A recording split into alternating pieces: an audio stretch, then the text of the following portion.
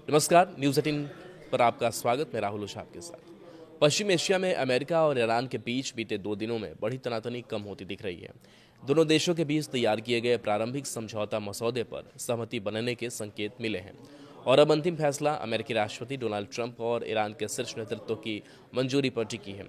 Trump ने शुक्रवार को कहा कि व्हाइट हाउस के सिचुएशन रूम में अपने राष्ट्रीय सुरक्षा सलाहकारों के साथ बैठक कर मसौदे पर अंतिम निर्णय लेंगे। हालांकि उन्होंने ईरानी बंदरगाहों से नौसैनिक नाकेबंदी हटाने के संकेत दिए हैं।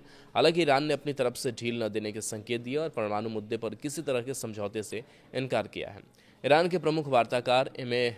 गलीबाफ ने कहा कि अमेरिका को बातें कम और समझौते पर कार्रवाई ज़्यादा करनी चाहिए। उन्होंने साफ कहा कि ईरान को अमेरिका की बातों पर कोई भरोसा नहीं है। इस बीच समझौते और हॉर्मुज स्ट्रेट खुलने की संभावना के चलते अंतर्राष्ट्रीय बाजार में कच्चे तेल की कीमतें $92 पर पहुंच गई है। उधर भारत के लिए तय एक तेल टैंकर ने हॉर्मुज को पार कर लिया है। मार्शल द्वीप का झंडा लगे निसोस के रोस नाम के इस टैंकर पर 3 लाख बैरल से अधिक कच्चा तेल लदा है और ये 3 जून को विशाखापत्तनम पहुंच सकता है। IRGC नौसेना के हवाले से ईरानी न्यूज एजेंसी IRNA ने जानकारी दी है कि बीते 24 घंटे में 23 मालवाहक जहाज़ों ने हॉर्मुज स्ट्रेट पार किया है।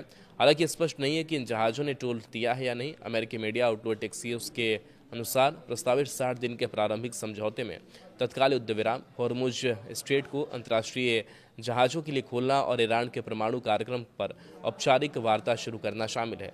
तीसरे चरण में 30 से 60 दिनों तक भीतर संवर्धित यूरेनियम और अन्य परमाणु गतिविधियों का भविष्य पर बातचीत का खाका तैयार किया जा सकता है। कतर और पाकिस्तान की मददता में इस मसौदे पर कई दौर की बातचीत हुई है। न्यूयॉर्क टाइम्स के अनुसार ट्रंप ने ट्रूथ सोशल पर कहा कि ईरान को यह स्वीकार करना होगा कि वह कभी परमाणु हथियार नहीं बनाएगा। यह भी कहा कि हॉर्मुज को बिना किसी बाधा और टोल के दोनों दिशाओं में जहाज़ों की आवाजाही के लिए खोला जाना चाहिए।